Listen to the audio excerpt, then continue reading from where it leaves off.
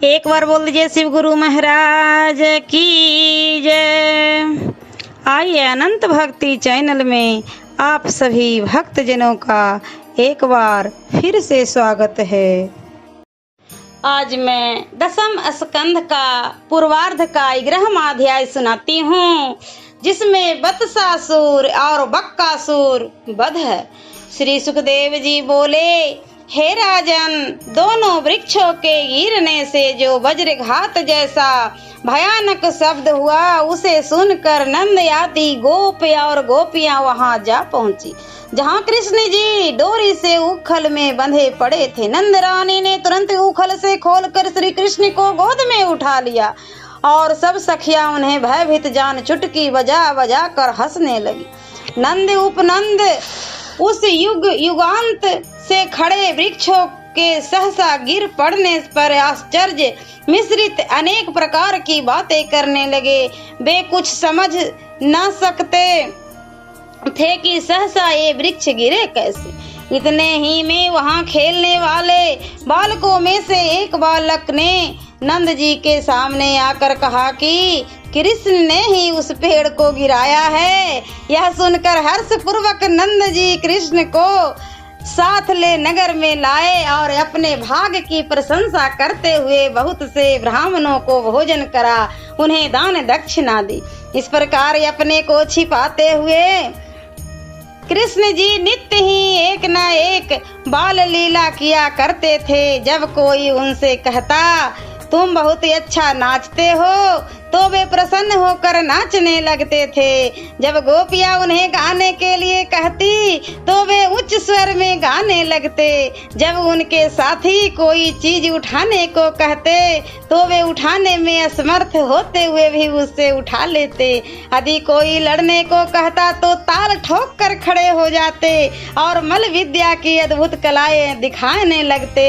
एक दिन वह खटकिन फल बेचती हुई कृष्ण जी के द्वार पर आई, तो उसके बेचने का शब्द सुनकर चारों फल के दाता भगवान कृष्ण घर में से चावल लेकर उससे फल लेने निकले। खटकिन ने उनसे चावल लेकर उनके दोनों हाथों में फल की ढेर लगा दी। यह देख कृष्ण जी ने प्रसन्न होकर उसकी टोकरी रत्नों की ढेर में भर दिया। इसी प्रकार जब एक दिन उनकी वर्षगांठ का दिन था, तो श्री कृष्ण जी को बुलाकर नंद रानी और रोहिणी ने उन्हें अच्छे अच्छे वस्त्र और आभूषण पहनाए। ब्राह्मणों तथा पूर्ववासियों को बहुत सा भोजन करा, दान दक्षिणा देकर मंगलाचार किया और प्रेम पूर्वक दूसरी गांठ बांधी। जब घर के लोग भोजन करने बैठे, तो नंद जी ने बड़े ही मधुर स्वर शब्दों में सबसे कहा कि अब तो कंस के उपद्रव दिन प्रतिदिन बढ़ते जाते हैं, जिनसे गोकुल में रहना कठिन हो रहा है। इस प्रकार के अशांत जीवन में रहते रहते प्राण उब गया है। यदि आप लोगों को सहमति हो, तो कहीं दूसरी जगह चलकर रहा जाए। इस पर वृंद उपनंद नामक गोप ने कहा, भैया आपका कहना यथार्थ है, क्योंकि अब इस स्थान को त्याग देने में ही हम लोगों का कल्याण है, अन्यथा यहाँ बालकों की रक्षा करना हमारे लिए कठिन है। पहले पूतना से बचे, फिर छकड़े के नीचे दबने से बचे, फिर आंधी रूपी राक्षस इन्हें उठाकर आकाश में ले भागा और शिला पर पटका। अभी जो कुछ हुआ उसे भी आपने देखा ही कि अमलार्जुन वृक्ष के नीचे दबने से बचे। यह सब भगवान की कृपा थी, अतः यहाँ अधिक रहने को कदापि बुद्धि नहीं कहती। और जहाँ तक शीघ्र हो, अब हम लोग गोकुल को त्याग दे। वृंदावन तो अच्छी भूमि है, वहाँ ही चलकर क्यों न रहा जाए। वृंदावन को देखने से तो यही ज्ञात होता है कि वहाँ सब ऋतुएं सर्वदा समान रीति से विद्यमान रहती है। निदान एक शुभ मुहूर्त देख समस्त गोकुल निवासी गोकुल छोड़ वृंदावन जा पहुँचे। वहाँ पहुँच नंद जी ने वृंदा देवी को नमस्कार कर एक वृंदावन नामक ग्राम बसाया और कृष्ण बलराम सहित समस्त यदुवंशी वहां सुख से रहने लगे। एक दिन बलराम जो वृंदावन की छटा देखने निकले तो उन्होंने अत्यंत प्रसन्न होकर कहा, वृंदावन जैसा पवित्र वन, गोवर्धन जैसा मनोहर पर्वत, यमुना जैसा स्वच्छ जल और ऐसा मनोहर कछार अत्यंत दुर्लभ है। अहो कृष्ण, यह तो हम लोगों को खेलने और दौड़ने के लिए बड़ा ही सुंदर स्थान है। जब कृष्ण बलराम 5 वर्ष के हुए तब एक दिन कृष्ण जी ने अपनी माता से कहा, हे माँ, अब मैं बछड़ा चराने जाऊंगा, तू बलदाऊ भैया से कह दे मुझे वन में अकेले ना छोड़े।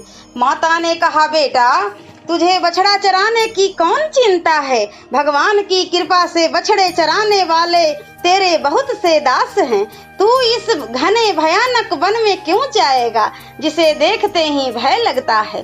कृष्ण जी ने कहा, माँ, यदि तू मुझे वन में बछड़े चराने नहीं जाने देगी तो आज मैं भोजन नहीं करूंगा। यह सुनकर यशोदा जी ने ग्वाल वालों को बुला कृष्ण बलराम को बछड़ा चराने के लिए वन में साथ ले जाने और उनकी रक्षा करते रहने को सौंप दिया।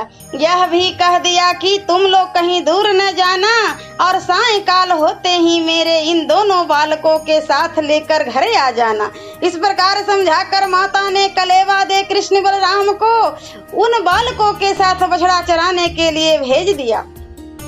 वे लोग अपने खेल की वस्तुएं लेकर यमुना तट पर जाकर बछड़े चराने लगे, जिससे वे कभी बछड़ों की पूंछ पकड़कर किलकारी मारते हुए दौड़ते, कभी बंसी बजाते, कभी कदम के वृक्षों पर ढेले फेंकते, कभी वृक्ष पर चढ़ते, कभी सिर पर धोती ओढ़ पैरों में घुंघरू बांधकर नाचते, कभी काले कंबल ओढ़कर भयानक वेश बना गोप गोपियों को डराते, कभी बैलों से लड़ते, कभी भिन्न भिन्न पशुओं की बोली बोलते।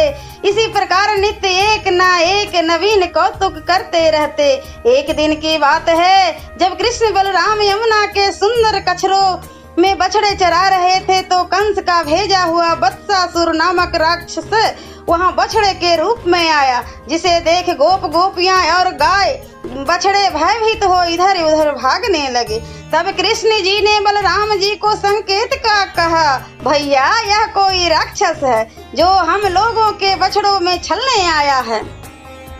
ऐसी आपस में बातें करते हुए कृष्ण जी उस बछड़ा रूपी राक्षस के पास जा पहुंचे। वहां पहुंचकर उसने सहसा ही उसकी पिछली टांग पकड़कर इतने जोर से घुमाकर फेंका कि उसका प्राणांत हो गया।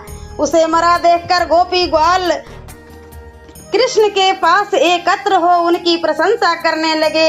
इसी प्रकार एक दिन कृष्ण और बलराम जब गोपियों सहित प्यास से व्याकुल हो अपने बछड़े के लिए यमुना तट पर जल पीने के लिए गए तो लौटते समय उन्हें मार्ग में एक बड़ा भारी बकुला मिला, जिसे देखते ही कृष्ण बलराम को छोड़ सभी गोपी ग्वाल भयभीत हो कांपने लगे।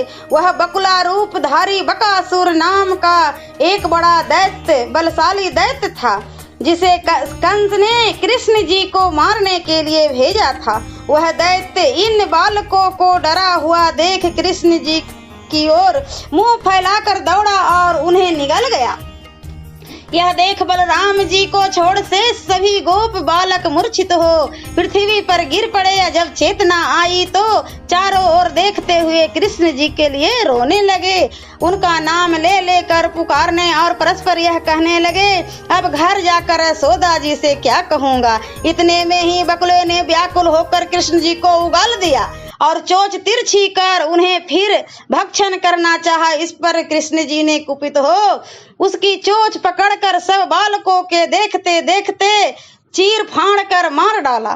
गोप गोपियां प्रसन्न हो आश्चर्य करने लगी। फिर सबको साथ ले सायंकाल हुआ देख घरे आए। गोप बालकों ने सब चरित्र यशोदा को कह सुनाया।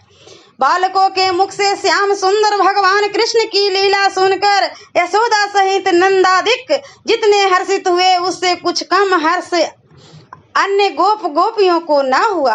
वे आश्चर्य चकित होकर भगवान के मुखारविंद को देखने लगी। साथ ही उन्हें गर्ग मुनि की कही हुई पहले की यह बात याद आई जो उन्होंने नारद जी से कहा था, हे नंदराय, यह तेरा बालक साक्षात भगवान रूप है। फिर तो समस्त ब्रजवासी और गोप गोपियां कृष्ण बलराम के चरित्र को गाकर भव बंधन से मुक्त हो गए।